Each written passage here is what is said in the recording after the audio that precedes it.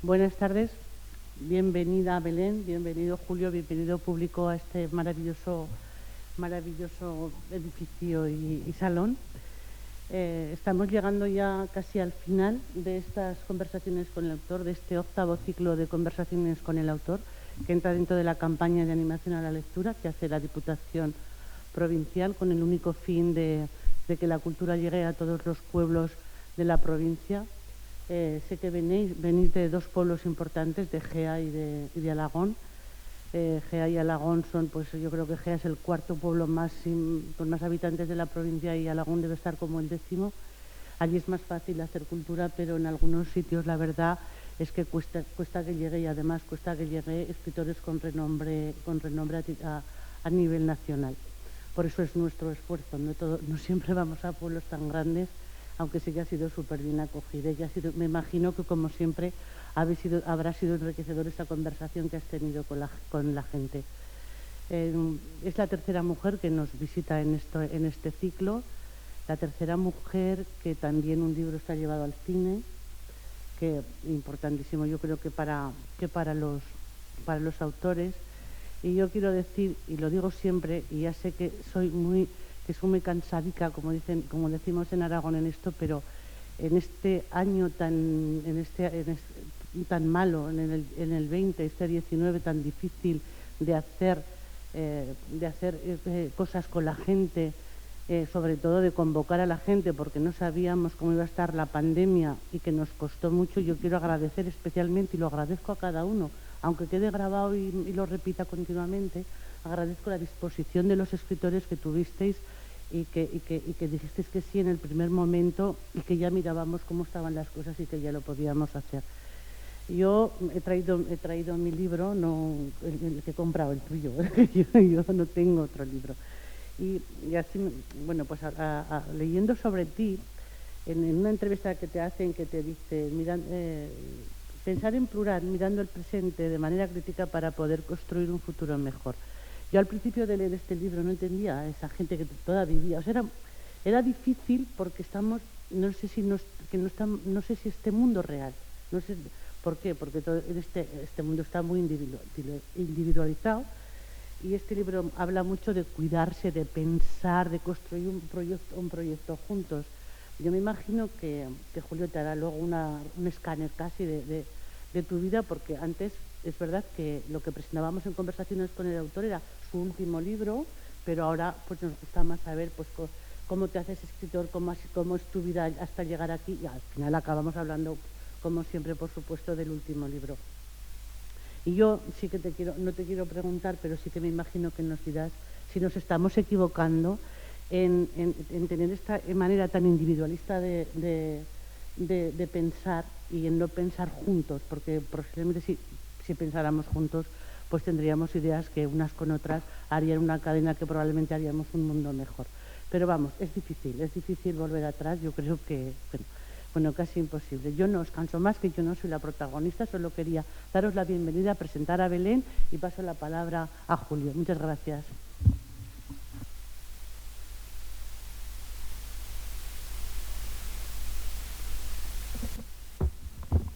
Bueno, muchísimas gracias, Mercedes, como siempre. Muchísimas gracias a todas y todos por estar aquí esta noche. Me alegra muchísimo ver a tantos alumnos, exalumnos, escritores, amigos aquí esta noche escuchando a Belén. Tampoco me quiero centrar solo en ellos, sino también en todo el resto del público que hay. Creo que para la Diputación uno siempre dice, ¿no? Pasa mucho con algunos premios que son al mérito o a la obra. Cuando el premio engalana al autor y cuando es el autor el que engalana al premio. Para mí Belén ilumina y engalana cualquier sitio donde vaya, porque tiene una obra extraordinaria y enjundiosa, ¿no? Es un privilegio tenerla aquí hoy. Es una alegría que esté en estas 8º conversaciones con el autor, patrocinadas por Archivos y Bibliotecas, y con la colaboración de todos, de la bibliotecaria, de la Diputación, de la señora diputada. es una oportunidad hermosa poder conversar con ella, y cuando digo conversar es, como repito siempre, pero como el público va cambiando, por favor, si en algún momento alguien tiene una pregunta que tiene que ver con lo que estamos conversando, hacedla, o si tiene una acotación, es decir, la idea es que esto sea algo horizontal, más aún tratándose de Belén y de los temas que trata, ¿no? A donde nos igualamos todos, un poco siguiendo la máxima de las coplas a la muerte de su padre, pero no es la muerte, es la vida, y eso es maravilloso, ¿no? Belén, lo dicho, muchísimas gracias por estar aquí esta noche. ¿Se puede sacar la mascarilla sin problema? Permiso para sacármela, pues nada, muchas gracias, así me veis, aunque sea desigual, pero bueno, por lo menos que muchísimas gracias por organizar este ciclo, porque para las autoras y los autores podernos acercar a las personas que nos leen o que quizá podrían leernos es muy importante, porque nuestro trabajo es solitario, a veces no sabes bien para quién escribes, y yo tengo la sensación de escribir para una pequeña gran comunidad, pero en cada encuentro voy incorporando a nuevas personas a ese sujeto colectivo para el que escribo, ¿no? Y es un privilegio, y muchas gracias por tus palabras sobre este pensar en común. Yo creo que sí, que sería muy importante que lográsemos pensar en común, porque es fundamental. Tengo un amigo que siempre utiliza la idea, que dice que toda su tarea a lo largo de la vida ha consistido en intentar cambiar el concepto de debate por el concepto de construcción colectiva, ¿no? Que es muchísimo más rico, ¿no? Es verdad que hay veces que hay cosas que hay que debatir porque no queda más remedio, pero la construcción colectiva es un paso más allá, y ojalá lleguemos ahí. Y bueno, muchísimas gracias a Julio, porque llevo ya 3 actos con él y siempre dice cosas muy bonitas de mí. Yo no sé ni cómo corresponderle, porque bueno, pero muchísimas gracias, y gracias por estar aquí. Pues no tienes que corresponderme. Sí, puede que yo escriba pésimo y me lo tienes que decir. Yo esperaría eso, ¿eh? Y de ti más. Bueno, vamos a empezar esta conversación. Vamos a hacer un recorrido un poco inverso del que hemos hecho en los sitios que hemos visitado, más que nada porque también variar es bueno. Y yo siempre hago de inicio la misma pregunta. ¿Cuáles fueron esas primeras lecturas que te maravillaron? Porque creo que son cosas que nunca se preguntan en las entrevistas de los periódicos. Se nos va quedando atrás las obras anteriores, se nos van quedando atrás el autor en sus inicios, y yo creo que es bonito sentar una pauta, ¿no?, de esa trayectoria previa al primer libro.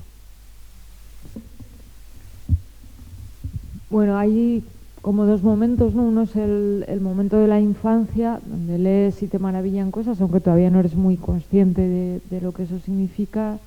Y luego el momento de la adolescencia, que yo creo que es cuando ya empecé a pensar en escribir de otra manera, ¿no?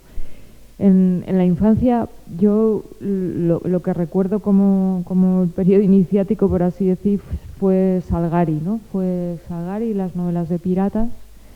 Yo quería ser pirata, hasta que encontré una novela que para mí fue emblemática, que fue El Capitán Tormenta, donde había un capitán que luego se descubría que era una mujer. Y claro, de repente pues ya se unían las dos cosas, ya no tenía que ser como esos piratas masculinos que me caían bien, pero que había una distancia ahí, sino que podía ser una mujer, aunque se tuviera que disfrazar. ¿Se podría apagar eso mientras hablo para...? Pues me oigo ahora... me oigo doble, pero ahora he dejado de oírme doble, ¿eh? No, ahora ya he dejado de oírme doble, o sea que había, yo creo que había algo por ahí, o a lo mejor era de fuera. Pues nada, perfecto, es que oírte doble es como muy raro. Bueno, pues fue, o a lo mejor será este, Misterios. Voy a probar aquí, no.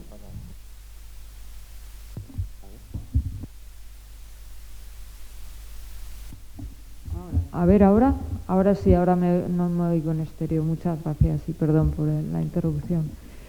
Bueno, que luego ya de mayor volví a leer El Capitán Tormenta y descubrí que era una condesa y encima que se ponía ahí a luchar para rescatar a su prometido, bueno, lo cual no está mal, que fuera ella la que le rescataba, pero tampoco estaba tan bien, pensaba que luchaba por causas más generales.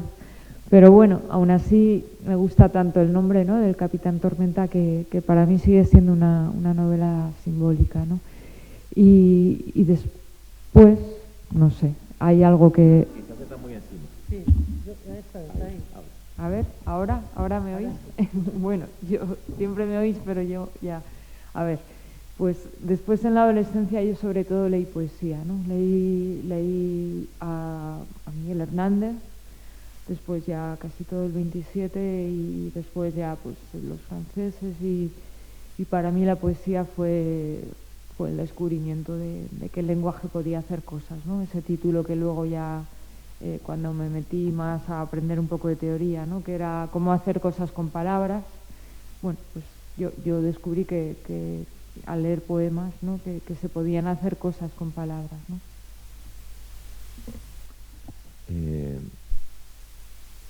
Y el siguiente paso de todo escritor yo pienso que es empezar a escribir, es decir, porque una cosa es descubrir la literatura como tal, descubrir la maravilla de los libros, en tu caso de la narrativa y de la poesía luego.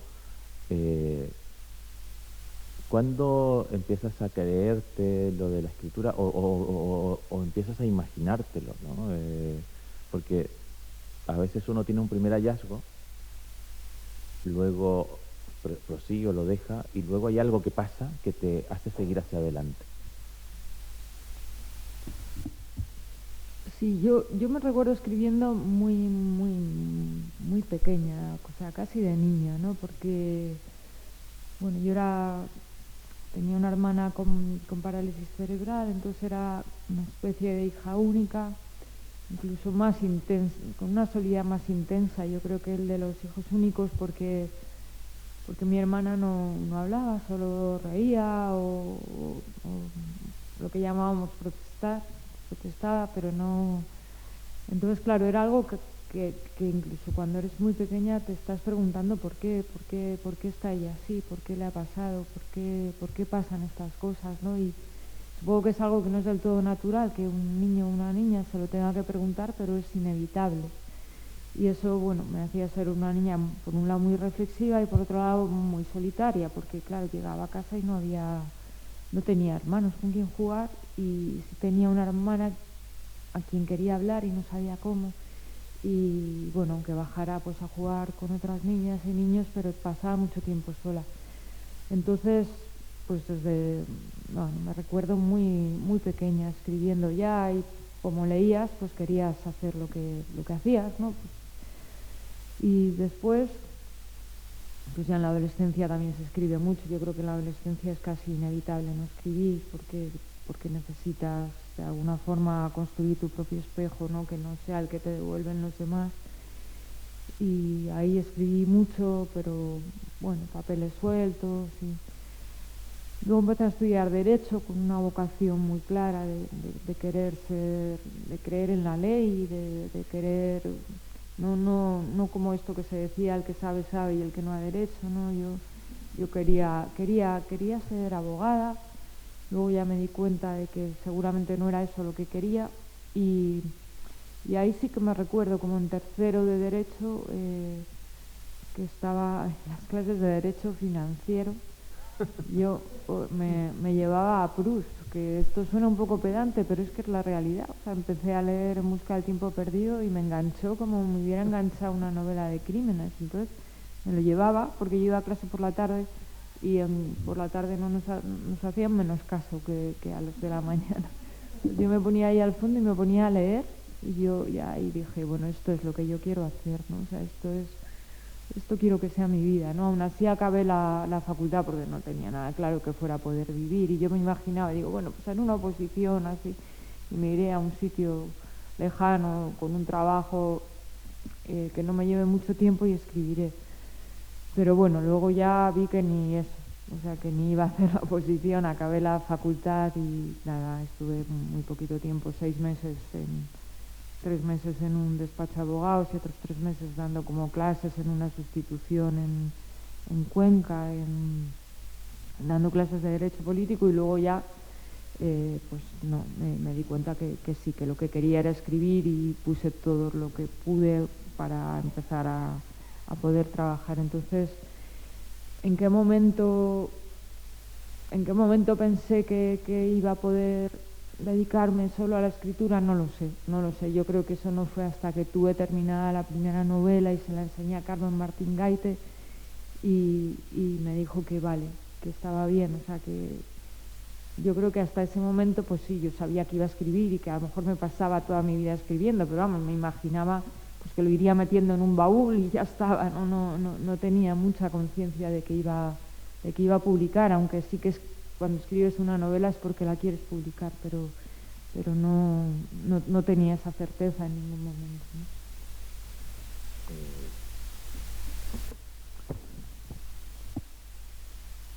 Cuéntanos un poquito, voy a introducirlo. Ahora en Alagón contabas que empezaste tanteando con los cuentos y te diste cuenta que no era el camino, ¿no? Y empiezas con la novela. Pero ahí hay una circunstancia maravillosa, y yo me gustaría que nos contara eso aquí también, porque aquí no te han escuchado. Creo que el encuentro con Carmen Martín Gaite es maravilloso y muestra una faceta, además, de ella como una persona que acogía a la gente, que le hacía cariño, que cuando hablemos más adelante de la bondad también, es un círculo, lo que se llama un círculo virtuoso lo que sucedió ahí, y yo creo que es precioso recordarlo.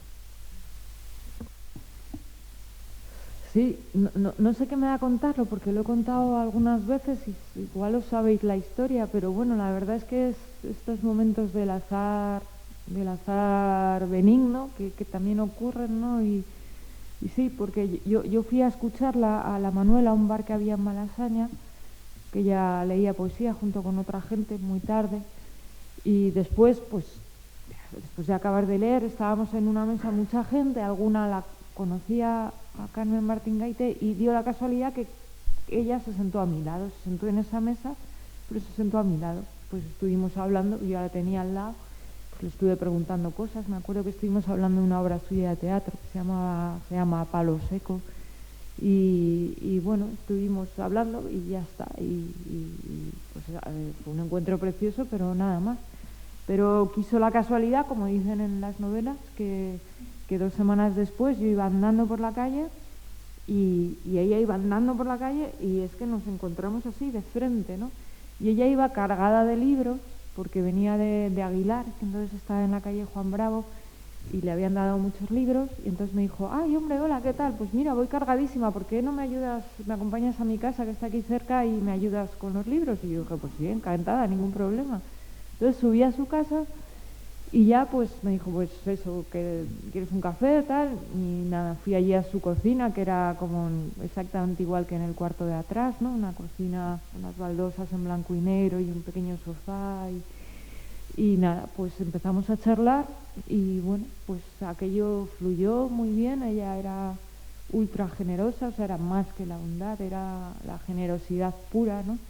Y nada, pues me dijo: pues vente otro día. Y yo fui otro día y otro día y otro día, y ella además estaba empezando a escribir Nubosidad Variable y me la iba leyendo. O sea, era, bueno, no sé, es que no puedo dar crédito a haber tenido tanta suerte, ¿no? Y eso, y entonces pues nos hicimos amigas, y yo nunca le dije que escribía, porque me parecía como una cosa de la estratosfera, ¿no? Pero bueno, sí que ya cuando acabé la novela, pues dijo: pues se lo tengo que decir, ¿no? Y entonces pues se lo dije, y se la enseñé, y nada, y me dijo que cortara algunas cosas, y las corté casi todas, y le hice mucho caso, y eso, y me dijo que sí, que estaba bien. Y entonces, bueno, pues ya qué más puedes querer en la vida, ya nada, pues eso.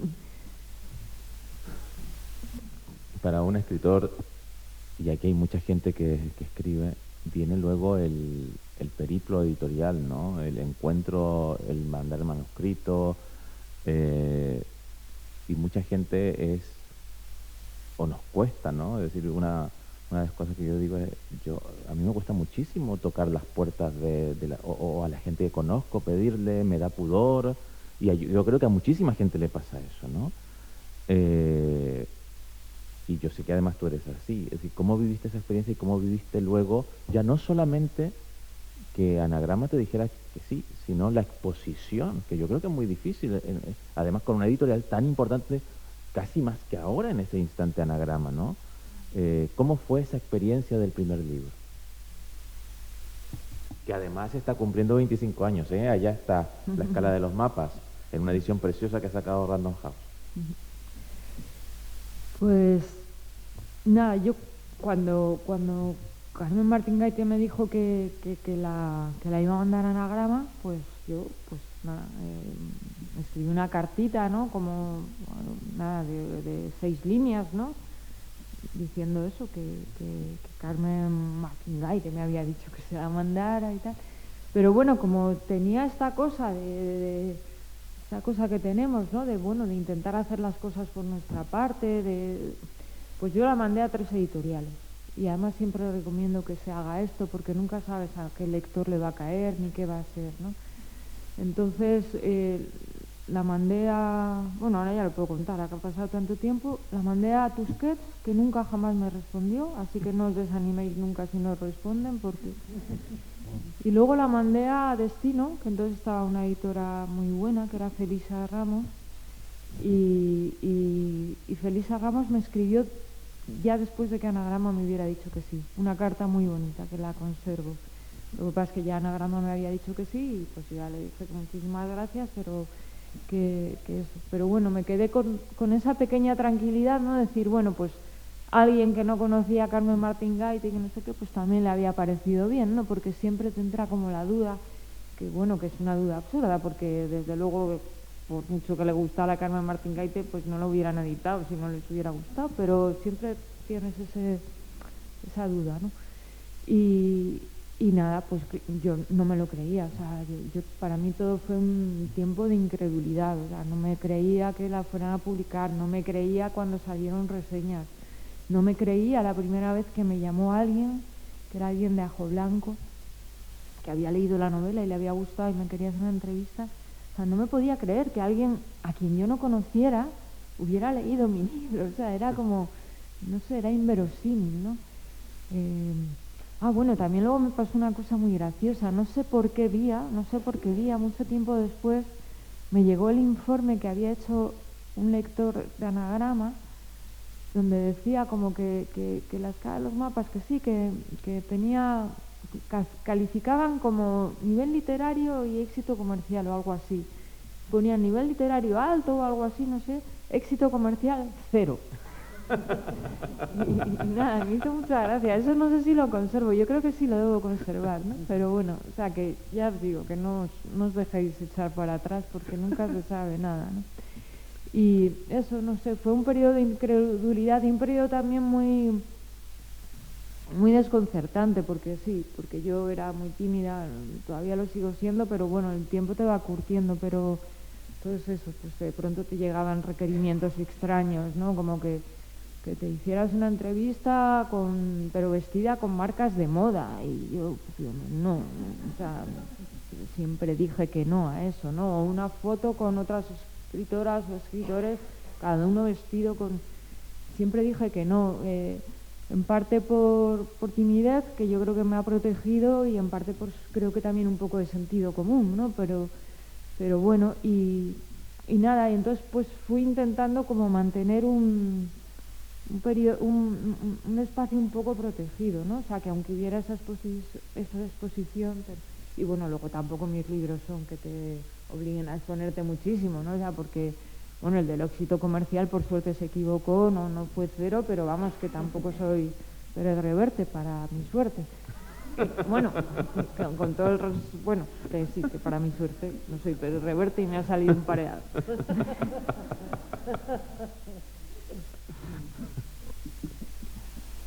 Bueno,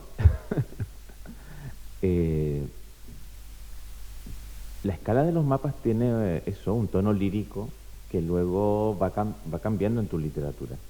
y también vas comprometiéndote con un tipo de escritura donde lo vemos en las novelas que van apareciendo, por ejemplo, siempre se me olvidó el título del dinero, La conquista del aire, ¿no? Que ahí empieza a haber una preocupación por elementos muy cotidianos. Tus personajes empiezan a ser gente, bueno, no es que en la escala del mapa no lo sean, pero se nota esa cosa cotidiana, esa cotidianidad que además rompe con muchas tendencias literarias de poner a verdaderos héroes, aunque sea el antihéroe, pero en el fondo es un héroe, en el foco. Tú haces lo contrario, ¿no? Tú pones la cotidianidad y pones elementos o hechos a jugar, a mover la vida de esos personajes. ¿Hay alguna toma de decisión de que lo hagas así? ¿Hay esa conciencia social que hay, ese compromiso por el mundo, por la gente, o es una evolución natural? Yo lo veo más como una evolución natural, ¿no? Como en el fondo como una búsqueda de claridad, ¿no? Porque para mí la escala de los mapas ya es la historia de alguien que está intentando aprender a entender que los demás existen, ¿no? Que no es algo que se aprenda enseguida, por lo menos en muchos casos, ¿no? Y ese aprendizaje y esa capacidad de imaginar que los demás existen y cómo existen, pues es lo que voy intentando contar en cada novela, ¿no? Y en la escala de los mapas, pues lo hago de una forma un poquito más alegórica, con ese hueco donde él se quiere refugiar, ¿no? Y después lo sigo intentando contar de otras maneras, cada vez quizá más concretas o más materialistas, pero yo creo que el materialismo no tiene por qué no ser poético, ¿no? Es como esta tendencia que tenemos a identificar el realismo pues con las zapatillas gastadas y no, el realismo es la vida, no hay otra cosa que no sea la realidad. Los dragones forman parte de la realidad, los unicornios también, porque los imaginamos y porque los pensamos y porque la imaginación forma parte de la realidad, ¿no? Lo que podemos decir es que un unicornio no tiene existencia material si consideramos material solo lo que se puede tocar, pero el pensamiento también tiene existencia material, ¿no? Y yo lo que he tratado es de eso, es como, por ejemplo, cotidiano es una palabra que intento usar poco, aunque yo hable de eso, porque son palabras como que se han intentado degradar, ¿no? O sea, como si lo cotidiano fuera algo distinto de algo pequeño. O sea, lo cotidiano es lo que pasa cada día y cada día pasan cosas de muy distinto tamaño y a lo mejor es muchísimo más relevante el acto. Hay una escena que a veces he comentado, ¿no? que está en Ana Karenina, ¿no? Un momento en que Kitty, un personaje, va a ver al hermano moribundo de Liodin, de su prometido, y le alisa la sábana y la hueca la almohada porque se da cuenta de que le está haciendo daño, porque al estar tanto tiempo tumbado un pliegue de la sábana es muy... Y ese acto pues no es que sea heroico frente a otras cosas, es que es importante en sí mismo, o sea, es que no tenemos por qué comparar, ¿no? Porque es importante en sí mismo. Yo lo que quiero es contar esa importancia y contarla además con todas las herramientas del lenguaje y con toda la capacidad metafórica que casi siempre se reserva solo para, yo qué sé, para la pasión, para la violencia. ¿Y por qué? ¿Por qué no podemos reservar esa potencia para describir lo que se llama lo menor? Si a lo mejor lo menor es lo mayor y a lo mejor lo mayor es lo menor, si justo escribir es preguntar también por esas escalas, ¿no? Justamente esa es una de las cosas, de las cuestiones fundamentales en tu última novela, ¿no? En Existiríamos el mar hay una... Constantemente los personajes están discutiendo, conversando, no peleándose, discusión en el sentido rico, ¿no? Es que hay veces que se confunde. Y están discutiendo sobre eso, ¿no? Sobre, ¿hay que hacer un acto heroico fundamental, grande, o hay que hacer un acto, o la suma de los actos pequeños que no se ven, de los que nadie se entera, son ese, voy a volver a utilizar el término, ese círculo o ese ciclo de virtuosismo en el que hay que mantenerse cotidianamente para intentar cambiar las cosas desde ahí, ¿no? Como en el juego del ajedrez, donde a veces el caballo sube, pero luego baja, y luego sube y luego baja, porque no se nota muchas veces el trabajo que está haciendo el caballo, curiosamente. Eso a mí me llama profundamente la atención porque es un planteamiento vital, y los personajes de Martín Vargas, que es la calle donde está el piso donde viven, se han optado hasta cierto punto por su posición, por otro lado, por otra parte, no han optado tanto, y está esa tensión, que es una tensión también cotidiana, esa tensión que parece leve entre nos damos un paso más y nos salimos de esta forma de ver la vida, o no, tenemos que seguir, no tenemos que seguir. ¿Cuál es la importancia de eso en tus novelas? Porque también de alguna forma en la anterior, en Quédate este día y esta noche conmigo, también está diferente, desde otro lugar, pero también está presente eso, ¿no? Es un hilo conductor en tu narrativa, y ya que estamos con tu última novela, ¿desde dónde es importante eso para el desarrollo de la trama? Bueno, sí, claro, en realidad, si lo pienso, casi muchos de mis personajes son muy lectores, ¿no? Porque no sé, es algo que seguramente tengo tan interiorizado que al final siempre les he acabado construyendo a la mayoría de lectores, ¿no? Y claro, cuando lees, en realidad el porcentaje de novelas que trata de actos extraordinarios es muy alto, ¿no? De hecho, hay una de las protagonistas, ¿no?, que se queja de esto, de que ordinario designe algo peyorativo, ¿no? Como que ordinario es lo vulgar, es lo a veces incluso lo grosero, ¿no? Esto es muy ordinario, y o sea, cómo hemos dado de vuelta al mundo, ¿no? Para que lo común, lo de todos los días, nos parezca lo malo, y en cambio, para decir que algo es muy bueno, decimos que algo es fabuloso, como algo que no existiera, ¿no? Y bueno, ella se queja de eso, ¿no? Porque no tendría por qué ser así, pero sin embargo casi siempre leemos novelas donde los personajes hacen actos extraordinarios, ¿no? Entonces, bueno, pues eso, por ejemplo, en las novelas de espías, ahí pues hay un personaje que simplemente consiguiendo a lo mejor trasladar un papel o un microfilm de tal sitio a tal sitio, pues consigue evitar una guerra, ¿no? Y entonces, claro, mis personajes con razón se quejan, ¿no? A ver, solo con un microfilm ha conseguido evitar una guerra, y yo yendo todos los días a discutir, a reunirme, a no sé qué, pues a lo mejor lo más que he conseguido es que a esta persona que la van a despedir, pues le paguen 3 meses más de indemnización. Bueno, pues es que a lo mejor para esa persona que le paguen 3 meses más de indemnización, ha transformado su vida, ¿no? Y que le hubieran pagado 3 meses menos hubiera sido un infierno. ¿Sabes? Que tú lo que has conseguido es evitar un infierno. Y a lo mejor ese personaje que con el microfilm ha evitado una guerra, pues a lo mejor ha creado otra peor, porque ha evitado una guerra aquí, pero ha conseguido que allá maten al doble de personas. No es algo que esté dentro de lo que puede controlar, porque al final es un muñeco dentro de un juego que no controla, mientras que tú sí que has podido hacer algo que es en sí mismo incuestionablemente bueno, ¿no?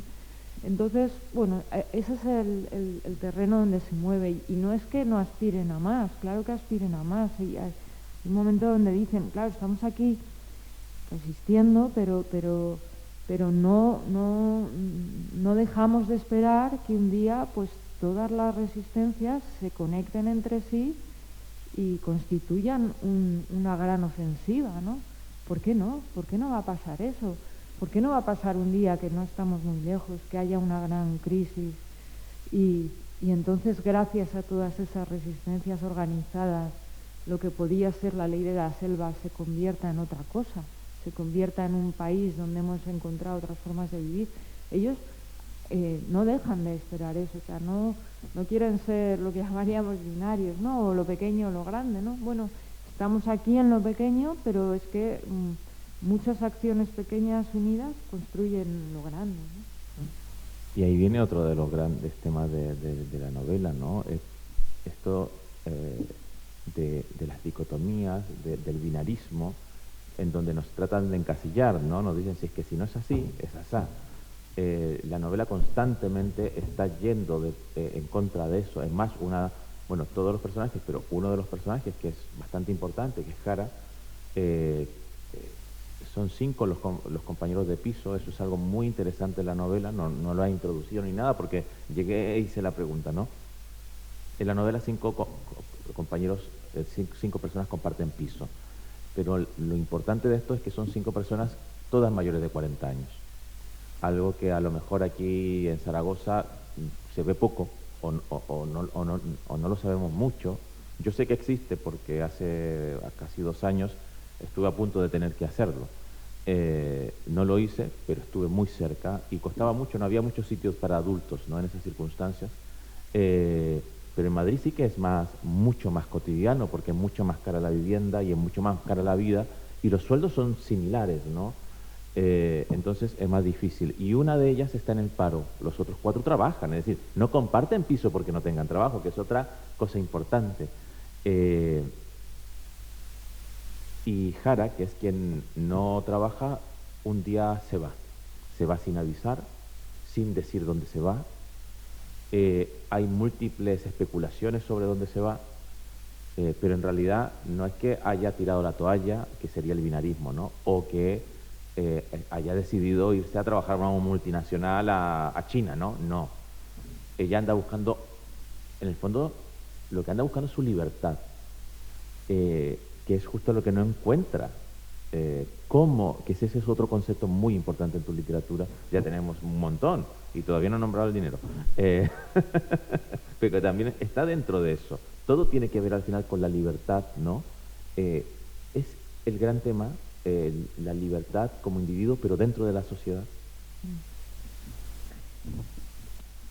Sí, bueno, es que con la libertad se ha usado de tantas maneras y muchas veces se ha usado como arma arrojadiza, ¿no? Libertad frente a igualdad. No creo que es imposible que haya libertad si no hay igualdad, que es algo que casi nunca se dice, ¿no? Es una libertad de pacotilla o es una libertad solo para unos pocos, ¿no? Creo que están unidas, ¿no? Y creo que quienes defienden la igualdad lo hacen precisamente porque quieren que las personas sean libres, ¿no? Y que hay esos falsos debates que se crean de manera interesada, ¿no? Pero sí, o sea, por una parte, Jara lo que intenta es salir de esta idea, o lo que intento yo con ese personaje es salir de esta idea de, bueno, pues si no te gusta, déjalo, ¿no? Si no, o si ya o al revés, ¿no? Si ya puedes vivir, pues ¿para qué vas a buscar otra cosa, ¿no? Si tus compañeros de piso te están pagando la parte de trabajo que no tienes, pues confórmate, ¿no? Pero a lo mejor eso no basta. Y por otra parte sí que me gustaría decir que esto no es idealista, porque a veces me dicen, es que es muy idealista. Yo conozco muchas historias tanto de gente que vive junta como de pequeñas cooperativas que se forman, de gente que está trabajando.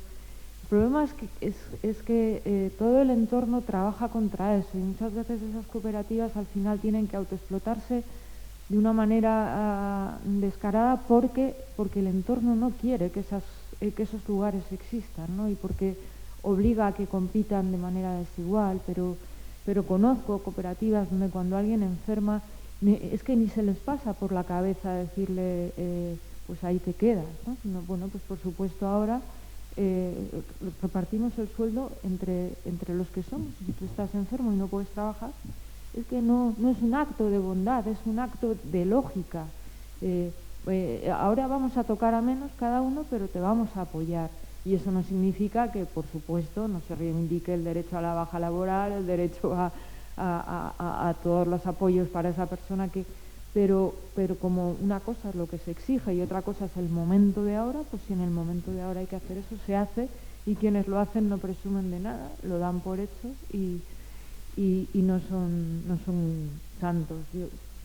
Yo les conozco, están ahí y lo que he contado, o sea, creo que hay en quien se empeña en decir que eso es idealismo, bueno, pues una idea a veces incluso un poco, no sé, siniestra de lo que ellos llaman la condición humana. Yo creo que la condición humana no existe, la condición humana se hace cada vez y no hay ninguna obligación de que la condición humana sea envidiosa y sea cutre y sea solamente eso, que habrá envidia, las hay en todas partes, pero también hay generosidad. ¿Y por qué siempre se dice, es que tiene que haber envidia? Pero ¿y por qué no se dice, es que tiene que haber generosidad? Porque también la generosidad forma parte de la vida, ¿no?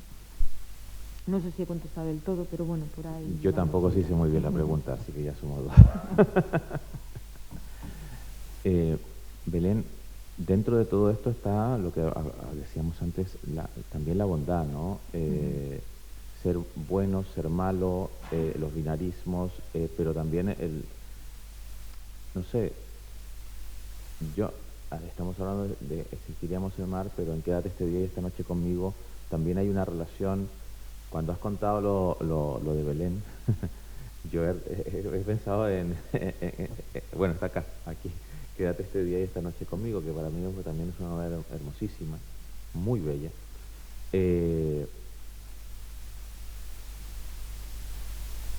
Tú buscas, cuando escribes, que tus personajes se hagan mejores a medida que transcurre el relato, o que tu lector capte esa idea, porque evidentemente yo veo que hay ese ascenso que decíamos antes en tus novelas, está esa búsqueda, yo no sé si conscientemente, de que tus personajes tienen como, queda un poco religioso y no es mi intención, pero como un camino de perfección en realidad. Es como, incluso cuando siguen similar a como estaban, hay más convicción en ellos.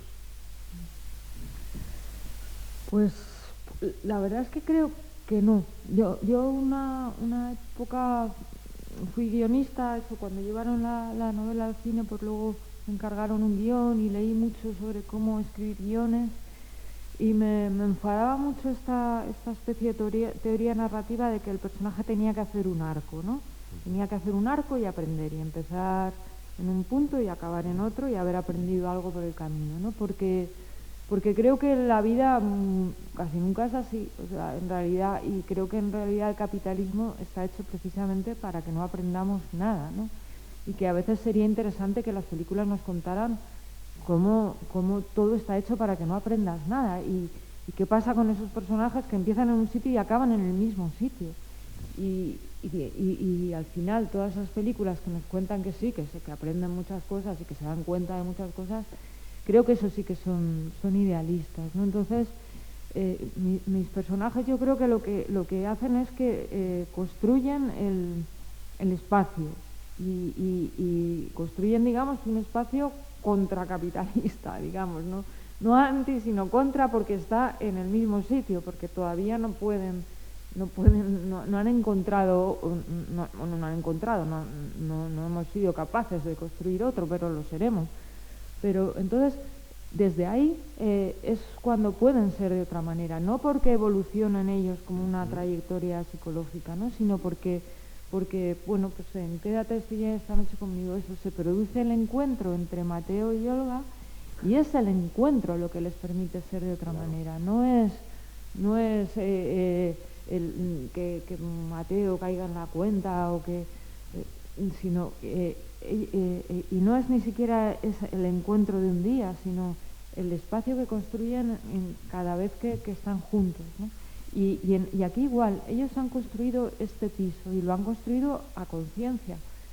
Y estar en ese piso es lo que les permite aprender a veces cosas muy pequeñas. O sea, estuve en un coloquio en Bilbao, en una biblioteca, con un periodista, bueno, no sé si es periodista, era director del Festival de Cine. Bueno, digo su nombre porque se llama Josu Eguren, y fue para mí un coloquio precioso. Y él se dio cuenta de algo que me encantó. Otro día te quitarán los oídos a ti, pero que era que él me dijo que para él uno de los momentos clave es un momento muy pequeño en el que Hugo va a decir algo y no lo dice. Es algo tan sencillo como eso. O sea, atravesar toda una historia para ser capaz de en un momento dado callarte. Pero no callarte de guardar silencio, sino callarte aquello que tienes ganas de decir, que todo el entorno te está pidiendo que digas, que toda la costumbre, la educación te haría decir, y has atravesado toda la historia para ser capaz no de evolucionar, no de descubrirte a ti mismo, ¿no? Sino de simplemente en ese momento respetar a la persona que tienes delante y ser capaz de guardar silencio, ¿no? Me encantó que viera eso, ¿no? Porque para mí era clave en la novela, ¿no? O sea, y creo que a veces tenemos que contar esas cosas porque no son menores, porque cuando has sido capaz de no decir lo que era tan fácil decir, lo que solo te hubiera dejado contento a ti de decirlo, o contenta, ¿no? De, bueno, y solo te hubiera complacido, ¿no? Pues darte cuenta de eso, ¿no? Darte cuenta, ¿no? De que es que la persona que tienes delante, que digas eso, no le va a hacer bien, a lo mejor ni siquiera le va a hacer mal, pero no le va a hacer bien, pues en ese aspecto, digamos, modesto, con toda la potencia que para mí tiene la palabra modestia, que no es en absoluto poca, es donde sí que creo que pueden evolucionar, pero no en una gran evolución así de perfección, ¿no? Sino bueno, en el reconocimiento eso de que el otro le están pasando cosas a la vez que a ti y que hay que notarlas, ¿no? Bueno, iba por ahí la pregunta de algo que no tanto de uno personalmente, que también es muy individualista, no era una pregunta. Me alegra mucho escucharte. Me voy a salir un poco del libro porque ya nos queda poquito tiempo y hay que dejar un espacio por si acaso alguien tiene preguntas. Te voy a hacer una pregunta un poco coyuntural que te habrán hecho mucho últimamente, pero a mí me interesa. Yo soy totalmente adepto de lo que está pasando, ya no solo en el mundo editorial, que quizás no es tan visible, sino en el mundo en general, que el machismo lo tratamos de combatir de una manera más efectiva, que la mujer está teniendo un protagonismo mayor, que estamos teniendo conciencia de venir de una sociedad machista y estamos intentando cambiarlo poco a poco, desde la cotidianidad también, desde los pequeños actos, ¿no? Pero tú eres una autora que publica en los 90, si no me equivoco, la primera, ¿no? Sí, 93. Y que que es muy respetada desde hace mucho tiempo. Es decir, cuando yo llego al año 2001 y te conozco como autora, porque amigos de amigos, entre Nacho Fernández,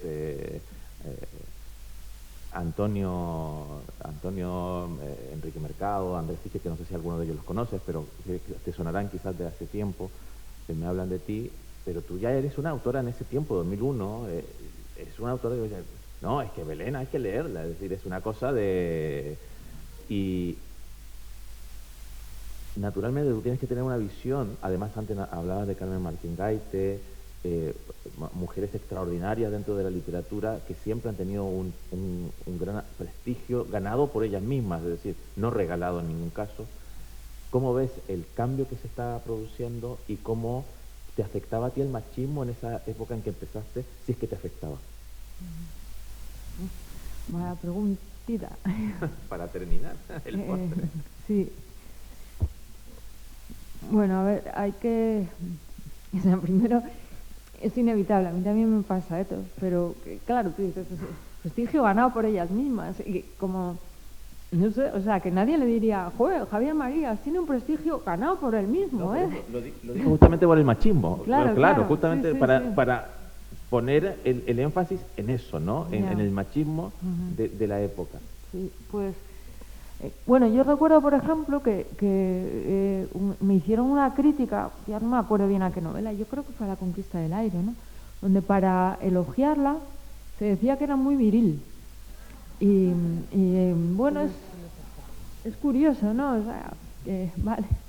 Entonces, sí, y realmente si hubieran dicho que era muy femenina, nos hubiéramos horrorizado todos, ¿no? Pero bueno, es dramático, ¿no? En realidad, más que, aunque nos debemos reír, pero bueno, es lo que hay, ¿no? Entonces sí, pues yo tengo clarísimo que los pocos casos que hay de mujeres con un cierto reconocimiento, lo único que dicen es que hay otras muchísimas mujeres que no lo han podido tener, o sea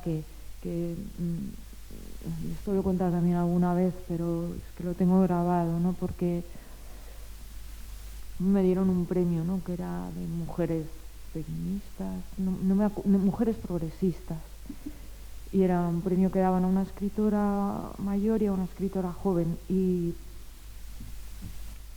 la escritora mayor era Rosa Chacel y la escritora novel era yo. Y cuando me lo dieron, yo con esta prepotencia juvenil, yo dije, yo no sé si aceptarlo porque yo no quiero un premio que sea solo para escritoras, yo escribo para todos y todas. Y entonces, menos mal que todavía tenía un poquito de sentido común, y vamos, todavía que tenía entonces, espero seguir teniéndolo, y dije, pero voy a consultarlo sobre todo con mis amigas feministas, porque yo en ese momento era muy joven y tampoco tenía mucha militancia feminista. Y hubo una amiga que me dijo, mira, tú no estás donde estás por nada, tú estás donde estás solo porque ha habido muchísimas mujeres que se han partido el pecho para que tú estés donde estés.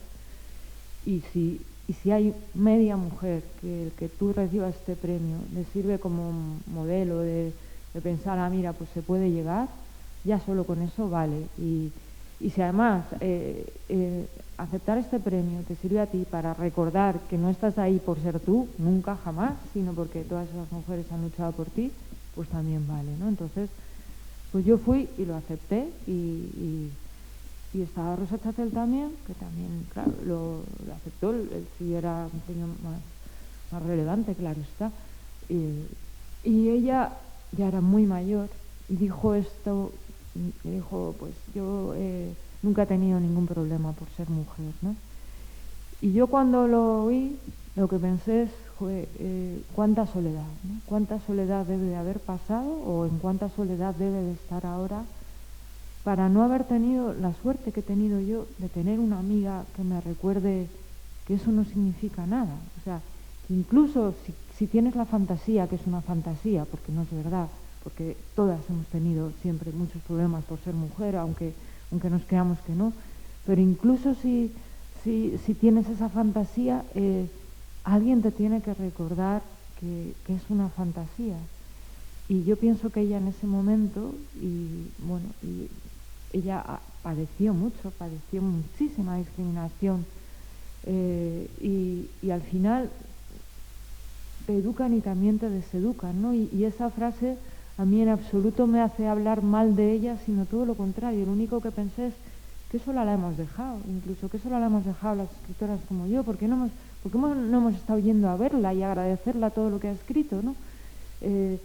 Y eso es lo que siempre tengo presente, ¿no? O sea, que yo pues a lo mejor pues tuve la suerte de la casualidad, la suerte que no es suerte, de que siempre hay un sitio para una escritora joven, siempre.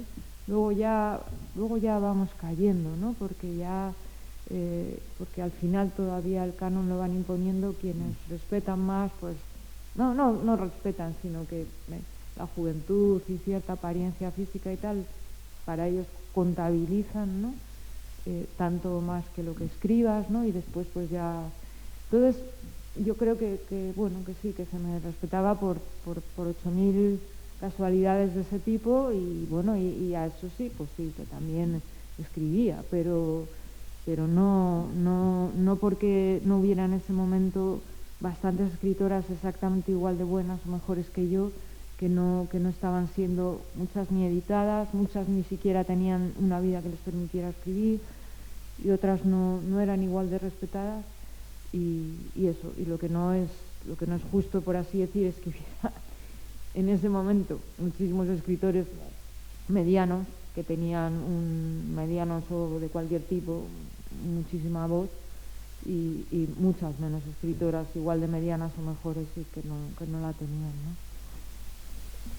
Muchas gracias por la respuesta, Belén. Muchísimas gracias.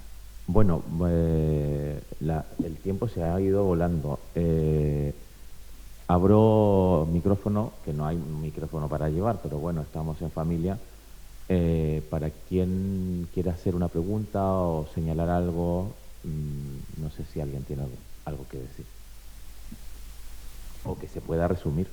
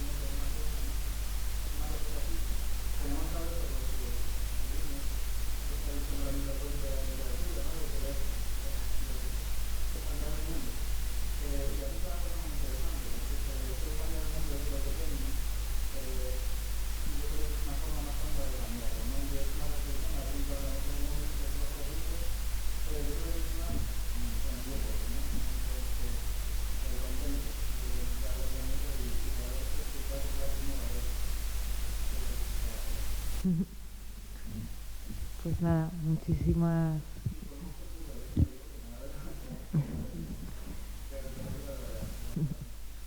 Pues te agradezco un montón que me lo digas. Yo siempre cuento, pero es que es verdad que yo me llevo siempre a casa estos actos y me llevo siempre a casa una intervención o una cara o porque me acompañan después cuando escribo, ¿no? Y nada, pues me alegro que eso te haya servido. No he terminado de contestar antes que me preguntabas por las escritoras ahora, ¿no? A mí me alegra infinitamente que haya tantas y tan buenas, y hay muchas y muy buenas, pero sin pero, y además sigo pensando que aún así queda muchísimo trabajo por hacer. Todavía leo muchos comentarios condescendientes de esas escritoras que son buenísimas.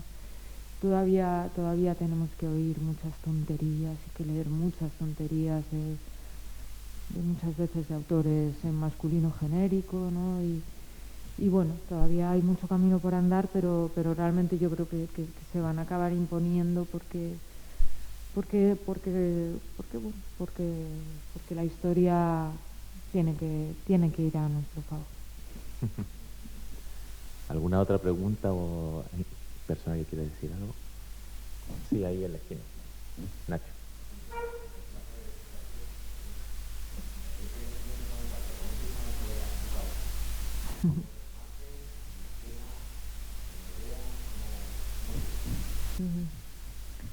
Pues cambia con cada una. Cambia con cada una. Yo creo que la que más clara tengo cómo empezó es Deseo de ser punk, porque fue algo externo, ¿no? O sea, no fue una idea, sino que fue que fui al funeral de un amigo mío y mi amigo que era funcionario de prisiones había tenido una vida muy caótica, pero sin embargo era hijo de buena familia y militar además, hijo de militares, y entonces el funeral era, bueno, pues esta especie de cosa de homogénea, ¿no? De hombres todos con el abrigo este azul marino súper pesado y mujeres todas con abrigo de pieles, y sus dos hijos, que tenían 14 y 16 años, pues con sudadera, con capucha, colorines y vaqueros, ¿no? Entonces se me quedó esa imagen, ¿no? Y volví a casa y empecé a escribir Deseo de ser punk, o sea, es que fue literal, ¿no? Pero pues otras veces ha sido una idea, pues en la escala de los mapas me rondaba muchísimo la idea del hueco todo el tiempo, ¿no? En Existiríamos el mar tenía el personaje de Jara, lo empecé a escribir bastante antes de la pandemia y tenía ese personaje y después fui construyendo su entorno. Pues no lo sé. En La Conquista del Aire fue una película mala que vi, una película muy mala que luego la he estado buscando y ni siquiera recuerdo cómo se llamaba, pero era una película mala donde un personaje pedía un favor a otro y se me quedó esa idea y dije, joder, ¿qué haces cuando alguien te pide un favor que va un poco, lo quieres hacer pero no del todo? Entonces de ahí me vino, que además a su vez a mí me había pedido un amigo que le avalara para un restaurante vegetariano y me había removido todo, porque yo en esa época, bueno, no tenía tampoco, y avalar era como una acción muy complicada, ¿no? Entonces, bueno, crucé la película con esa petición y fue cuando se me ocurrió la idea del préstamo, o sea, que cada vez es como por una causa diferente, ¿no? Siento no poder dar una fórmula, pero vamos. Una última. A ver si hay otra persona primero. Si no, ahí Laura.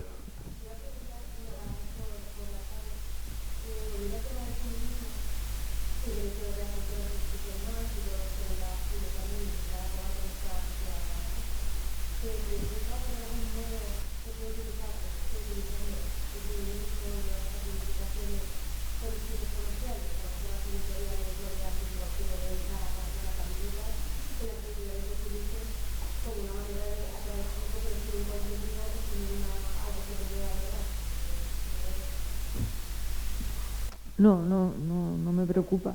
Lo que me preocupa pues son pues las equivocaciones que pueda cometer el feminismo, las peleas, que espero que pasen, porque eso sí que creo que van a pasar porque son ridículas y creo, bueno, llevan mucho daño por delante, pero van a pasar y se van a dar cuenta quiénes.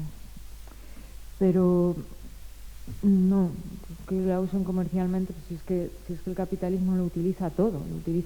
Si el Santander utiliza la palabra revolución, somos más inteligentes que eso, no creo que nos dañe, ¿no? Y sí que daña eso, el no ser capaz de pensar que cuantas más personas seamos siempre es mejor, ¿no? Pero cuantas más personas seamos, excepto quien trabaja en contra de ti, ¿no? O sea, claro, yo no creo que haya que meter a Ana Botín en el feminismo, pero no porque no sea feminista, sino porque la lucha es más amplia y no. Pero quitando eso, no me preocupa. Bueno, Belén, yo decía al terminar hace un ratito atrás en Aragón que a mí me emociona mucho, de verdad, es un privilegio. Yo creo que más allá de ser, de que tu literatura sirva para ser mejor lector o para ser mejor escritor, en el caso de los que escribimos, yo creo que hay una cosa que a mí me pasa, y voy a hablar a título personal, que es sentirme identificado y también salir como cuando uno viene de andar mucho por el monte y se mete a una poza de agua y sales de nuevo limpio, ¿no? Y decía allí que es maravilloso poder tener a una escritora al lado y tener esa sensación o esa convicción de que es uno de los nuestros, pero es que además no solo eres uno de los nuestros, sino que nos haces mirar con los ojos adecuados para ver a los nuestros. y ser más fuertes todos juntos. Muchísimas gracias por estar esta tarde con nosotros.